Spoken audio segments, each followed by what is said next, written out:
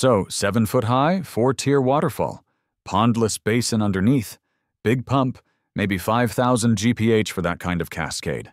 Lots of rock, probably need 3. 4 tons of boulders plus smaller stuff, underwater LEDs. You want remote control for the lights? Does it come standard? I asked hopefully. Can add it. He shrugged. So, right here? He paced out the area, ending up about 3 feet from the fence line. Gonna make some noise, you know, constant splashing. And yeah, there'll be mist. Maybe some splash out depending on how we stack the rocks. He glanced towards Agnes's house. Neighbor cool with this? She loves the soothing sounds of nature, I said smoothly. Big fan of tranquility. There's a certain satisfaction in a well-maintained lawn. I'm not talking about the chemically scorched, unnaturally green carpets you see some guys obsessing over. Just neat, healthy, reasonably green. And the key to that, as any responsible homeowner knows, is proper watering. For me, that meant an automated sprinkler system, meticulously programmed. 6 a.m. sharp, 3 days a week. Why so early? Less evaporation, better absorption, minimal disruption. It's lawn care science 101.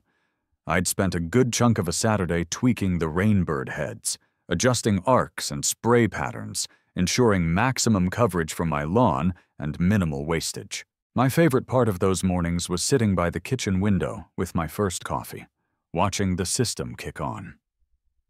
The quiet whir of the valves opening, followed by the rhythmic ch-ch-ch-ch-cheat of the impact sprinklers and the gentle psh of the spray heads casting arcs of water across the dew-kissed grass.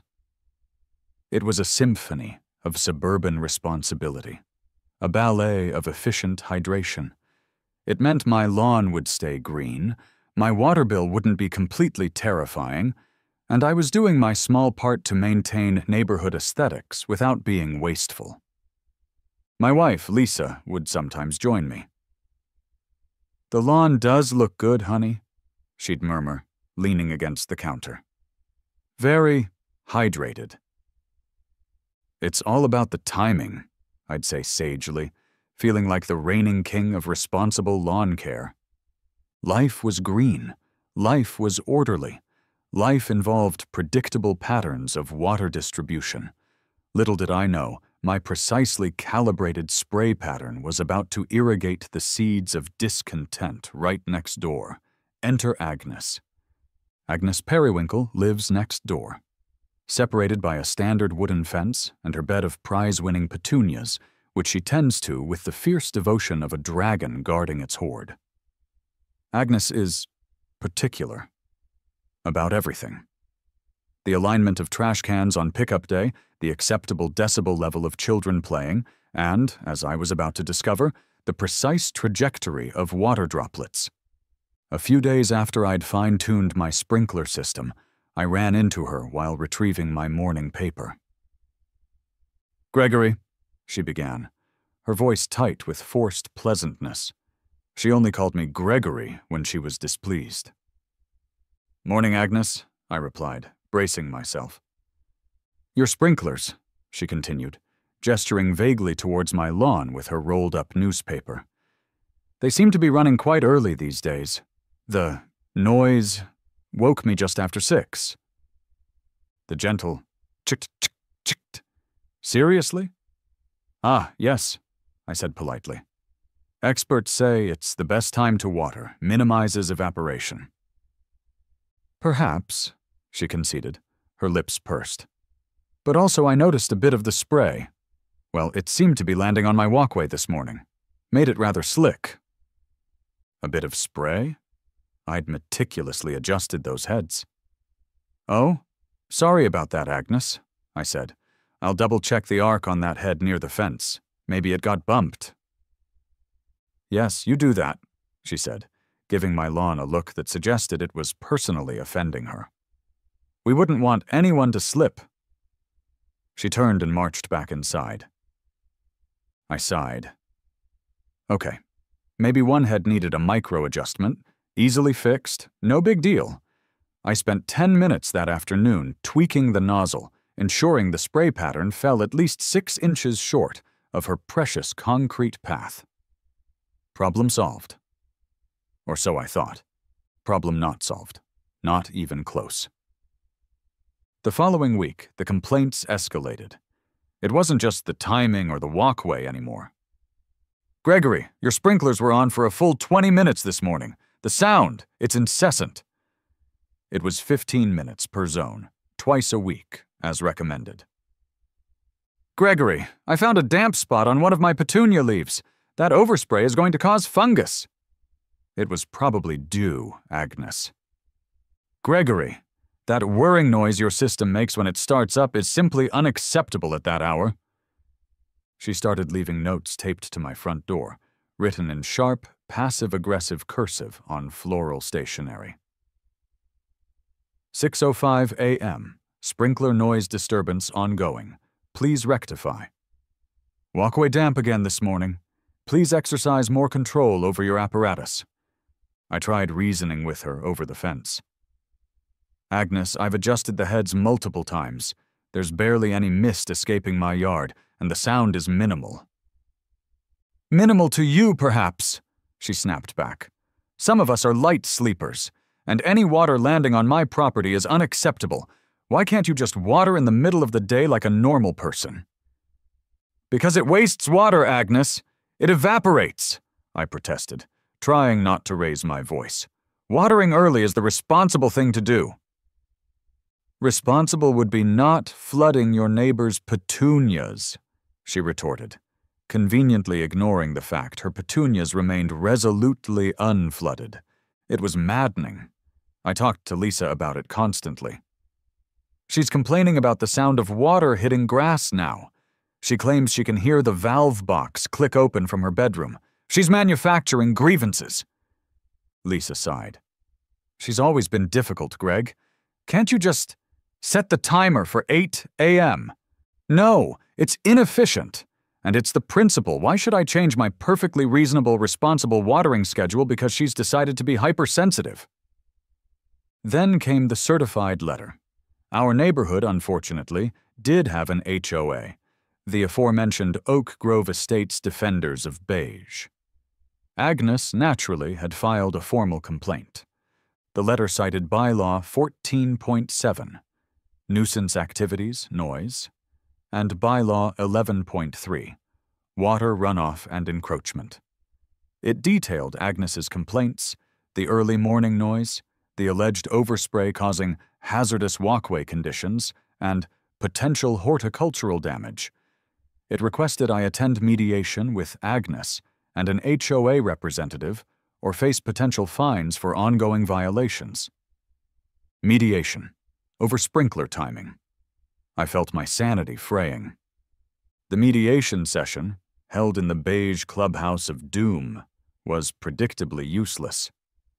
The HOA rep, a well-meaning but spineless guy named Kevin, basically just wrung his hands while Agnes reiterated her complaints with dramatic flair, occasionally dabbing her eyes when describing the trauma inflicted upon her petunias. "Mr. Miller," Kevin said nervously, "Mrs. Periwinkle feels the 6 a.m. watering time is unduly disruptive. And there is the matter of the overspray." "There is no significant overspray," I insisted, holding up photos I'd taken showing my dry fence line and Agnes's perfectly dry walkway. "Maybe a few drops of mist on a windy day. And 6 a.m. is the optimal time recommended by every lawn care expert." "But the noise," Agnes interjected plaintively. "That constant ch-kt-ch-kt-ch-kt, it drills right into my head."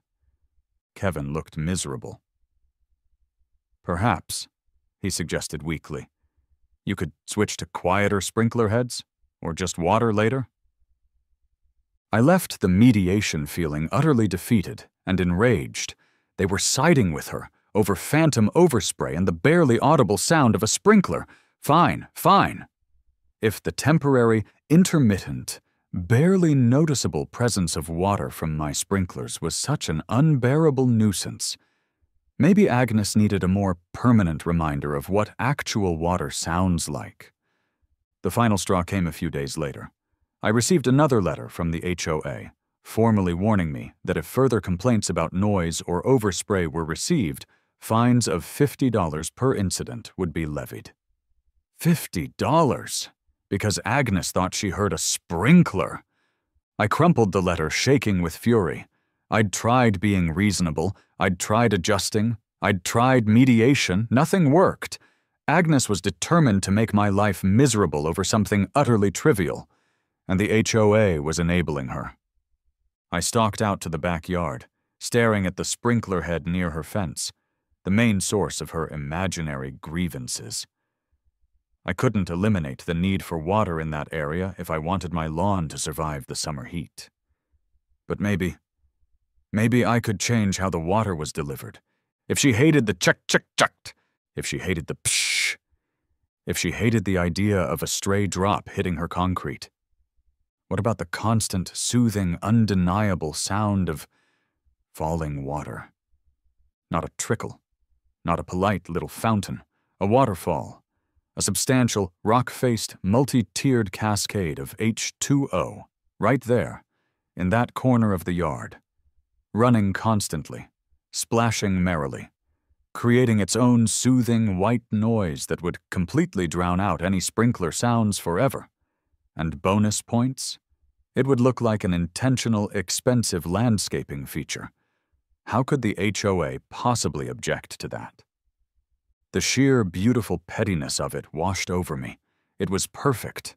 It was poetic justice, delivered via submersible pump. My mind immediately went into overdrive. Forget subtle. Go big. I started sketching on a notepad, the initial small rock feature growing with each stroke. 3 tiers? No, 4. Maybe 5 feet high? No, make it 6. Or 7. A wide cascade, not a narrow trickle. Lots of rocks for visual interest and maximum splash acoustics. A deep basin at the bottom, maybe some nice marginal plants. I hit the internet, devouring information on pondless waterfalls. Less mosquito worry to preempt Mildred. Pump flow rates. Gallons per hour needed for a dramatic effect. Liner types. Rock placement techniques. I discovered underwater LED lighting. Perfect for nighttime drama and ensuring Agnes could appreciate the feature 24/7. This wasn't just about replacing sprinklers anymore. This was about creating a monument to spite, disguised as a tranquil garden feature. I presented the evolved plan to Lisa, trying to frame it as a landscape upgrade. Honey, remember how we talked about adding a water feature someday? Well, I was thinking... I unveiled my sketch, now featuring dramatic lighting and estimated GPH calculations. Lisa stared at it. Greg, that's a mountain, a wet mountain, right next to Agnes's fence. It's a waterfall, I corrected. Adds value, creates soothing white noise, masks traffic sounds. And the sound of Agnes screeching? She asked dryly. Is it going to be louder than the sprinklers?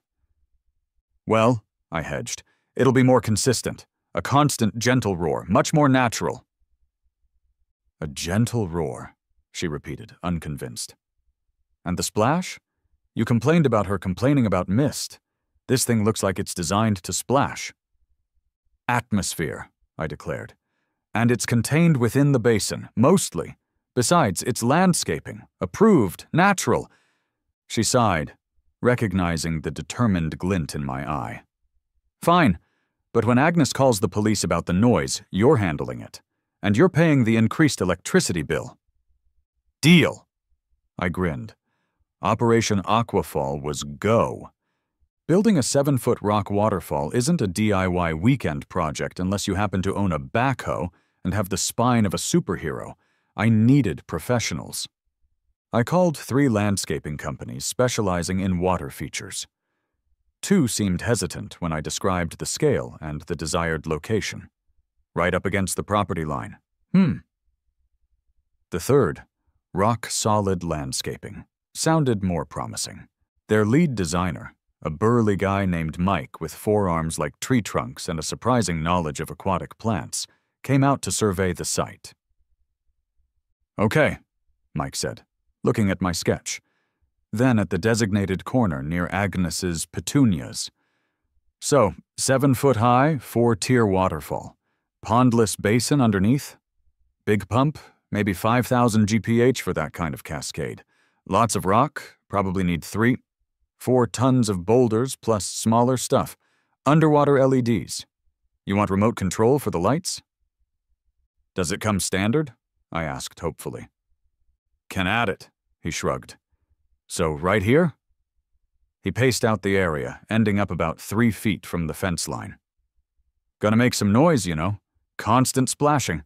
And yeah, there'll be mist, maybe some splash out depending on how we stack the rocks." He glanced towards Agnes's house. "Neighbor cool with this?" "She loves the soothing sounds of nature," I said smoothly. "Big fan of tranquility." Mike gave me a look that said he didn't believe me for a second. But hey, business was business. "All right, we can do it. Gonna take about a week, maybe longer, depending on rock delivery. And it ain't gonna be cheap." He quoted a price that made my eyes water, but my spiteful determination was stronger than my fiscal responsibility. "Book it," I said. The arrival of the rock-solid landscaping crew and their equipment signaled the official start of hostilities. A flatbed truck delivered several pallets stacked high with massive, moss-covered boulders and tons of smaller river rocks. A mini excavator arrived shortly after, ready to dig the underground basin that would hold the pump vault and water reservoir. Agnes was, predictably, apoplectic from the outset. She came over the first morning, demanding to see permits. Mike calmly provided them. She complained about the noise. She complained about the dust. She complained about the sheer size of the rocks. "Gregory, what is the meaning of this?" she demanded, hands on her hips, as Mike directed the placement of another huge rock. "Just some landscaping upgrades, Agnes," I called back cheerfully over the din. "Adding a water feature." "That's not a feature, it's a quarry," she shrieked before retreating indoors, presumably to call the HOA again. Mike grinned at me. "Told you she'd love it." The crew worked diligently for days, excavating the basin, laying heavy-duty liner and underlayment, installing the pump vault and plumbing lines. Then came the artistry, carefully stacking the massive boulders to create the 4 tiers of the waterfall, using smaller rocks to fill gaps and direct the water flow, ensuring stability and the desired visual effect. With the main rock structure in place, the technical work began. Plumbers connected the powerful submersible pump in the underground vault to flexible tubing running up behind the rocks to the top weir box.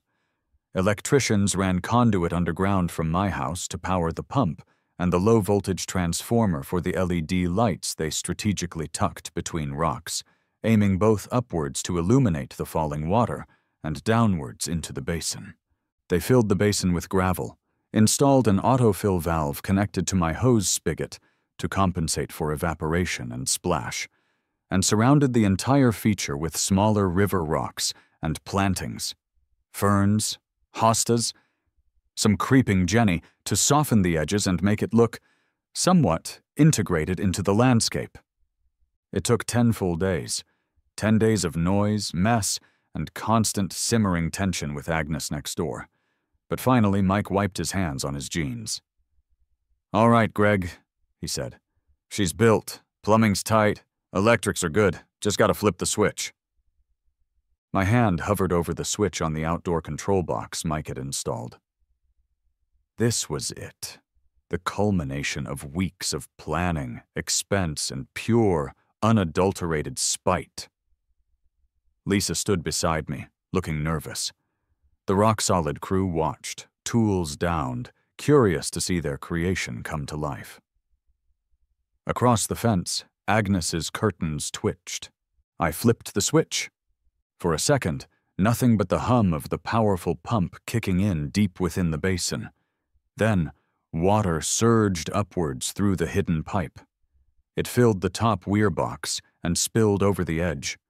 It cascaded down the first tier of rocks, hitting the second tier with a satisfying splash, then the third, then the fourth, finally plunging into the gravel-filled basin below with a deep, resonant roar. It wasn't a trickle. It wasn't a gentle babble. It was a full-throated, substantial waterfall, the sound echoing in the enclosed space of my backyard. Water splashed, mist rose. The whole structure seemed to vibrate with contained energy. "Whoa," Mike breathed, looking impressed. "That's got some flow?"